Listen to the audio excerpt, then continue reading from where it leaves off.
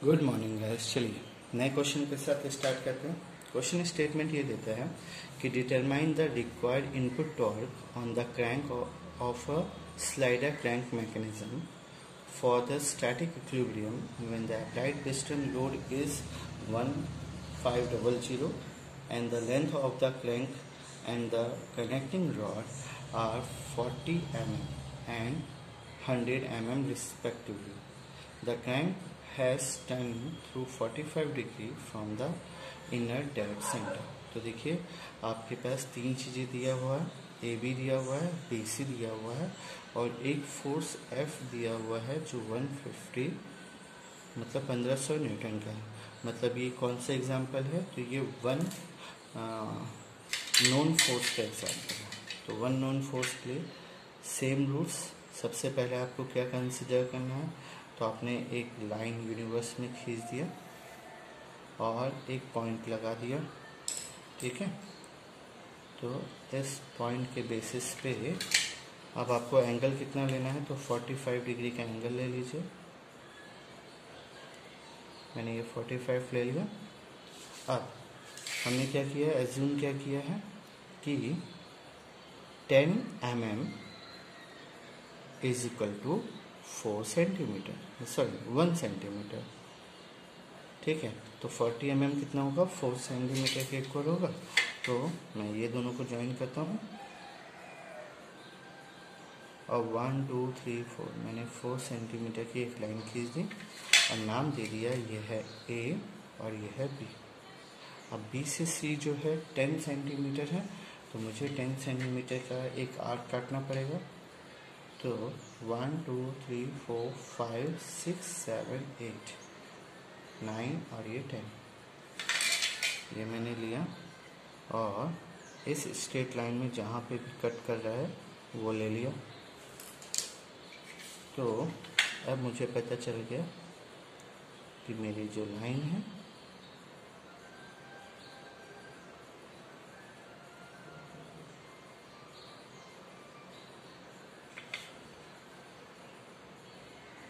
वो कुछ इस टाइप से बनेगी, ठीक है। ये लाइन हुआ सी और यहीं पे एक फोर्स एक्ट कर रहा है एफ जो है 1500 न्यूटन का। चलिए फिर से सेम रूल्स।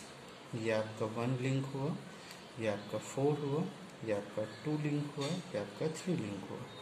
यहाँ पे आपको मैंने बताया था कि आपको एक रेक्टेंगल बनाना है और मूवमेंट के लिए डायरेक्शन दे देना।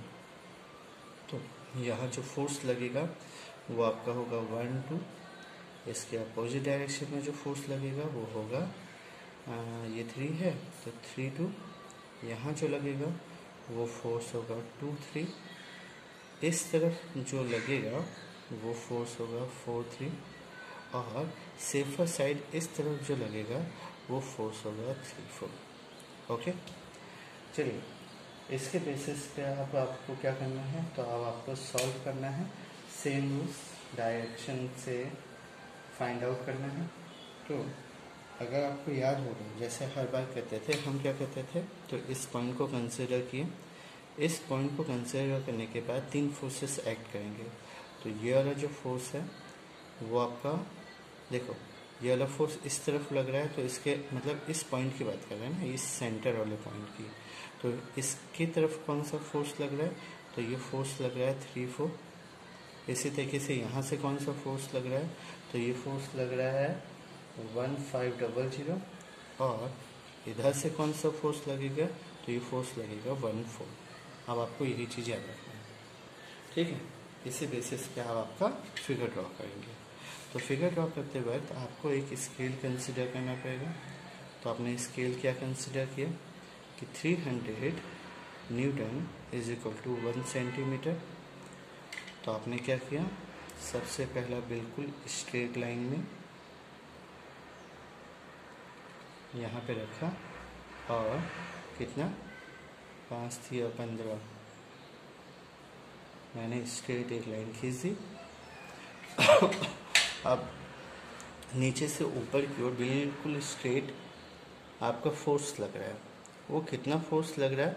वो मुझे नहीं पता, तो मैं क्या करूँगा, यूनिवर्स में एक स्ट्रेट फोर्स लाइन लगा दूँगा। और देखो ये लाइन के अपोजिट डायरेक्शन में बोलोगे तो फोर्स 2-3 लग रहा है, तो ये मुझे मिल गया कि ये मेरा जो फोर्स लग रहा है वो फोर्स 2-3 लग रहा है। तो अब अगर मैं ऑब्ज़र्व करूँ, मैं एक नाम दे देता हूँ, ये x है, ये y है और ये वो z है, ठीक है। तो x से f जो है वो आपका ये देखो फोर्स का डायरेक्शन दिखा रहा है ये वाला, क्योंकि इस तरफ लग रहा है वो फोर्स, तो वो हुआ 1500 न्यूटन। अब जो नीचे से ऊपर की ओर लग रहा था वो कौन सा हुआ, तो ये फोर्स हुआ 14, तो ये फोर्स आया 14। और अब इस तरफ लग रहा है, देखो नीचे की ओर लग रहा है, इसलिए मैंने इस वाले को कंसिडर किया था। वो फोर्स कितना है, तो वो आपका फोर्स है 3-4। ये समझ में आ गया।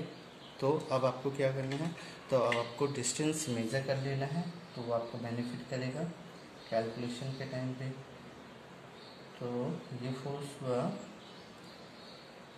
10 और 15 इज इक्वल टू 1.5 सेंटीमीटर, ठीक है। इसी तरीके से यहाँ पे जो डिस्टेंस मेजर करेंगे तो 10, 20, 30, 40, 50, 53 समथिंग 5.3 सेंटीमीटर। यहाँ तक क्लियर है। चलिए इसके बाद आपको क्या करना था, तो आपको एक्चुअल फोर्स निकालना है। तो 1.5 इंटू कितना हुआ, हमने क्या स्केल रखा 300, तो 300 का कितना होगा, एक 300 और एक, तो ये समथिंग अप्रॉक्स हो जाएगा 150 न्यूटन। इसी तरीके से इसका कितना होगा, तो इसका कैलकुलेशन के बेसिस पे देखोगे तो 1575 आएगा, 1575 न्यूटन, ठीक है। कैलकुलेट करिएगा। अब सेम रूल्स क्या है, रूल आपका फोर्स 3-4 इज इक्वल टू क्या होगा, माइनस फोर्स 4-3 और प्लस फोर्स 2-3 और माइनस फोर्स 3-2, ठीक है। तो आपका जो फोर्स लग रहा है वो कितना लग रहा है, माइनस फोर्स 3-2 और से कह सकते हैं कि प्लस फोर्स 1-2, ठीक। यहाँ तक क्लियर है।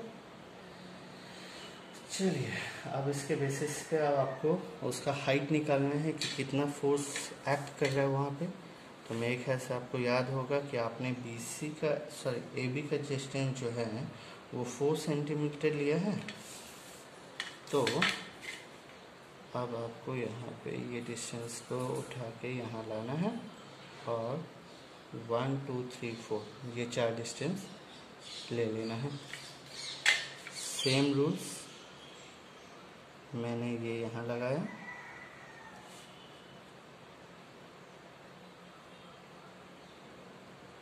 तो ये मेरा फोर्स इस तरफ एक्ट करेगा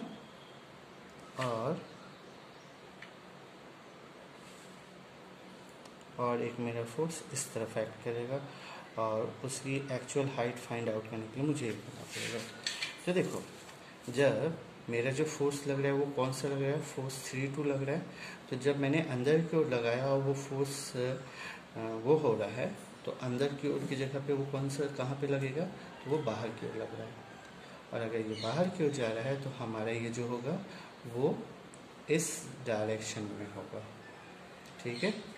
और हमें क्या करना है, तो परपेंडिकुलर डिस्टेंस के बेसिस पे हाइट नापनी है। तो अपनी जो हाइट आ रही है वो है 1, 2, 3, 3.5, 3.6 सेंटीमीटर। अब देखिए आपने क्या किया, तो आपने एज्यूम किया वो है 3.6 सेंटीमीटर। आपने एज्यूम किया था कि 1 centimetre is equal to 10 mm, तो ये 3.6 इंटू 10 इज इक्वल टू हो जाएगा 36 mm, ठीक है।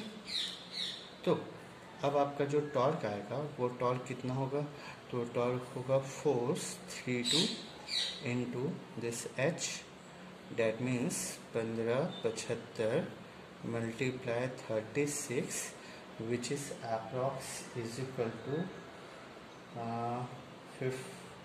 55912.5 न्यूटन mm, या मैं इसको लिख सकता हूँ 55.1925 इंटू 10⁻³ न्यूटन मीटर। ठीक है, क्लियर कर देते हैं।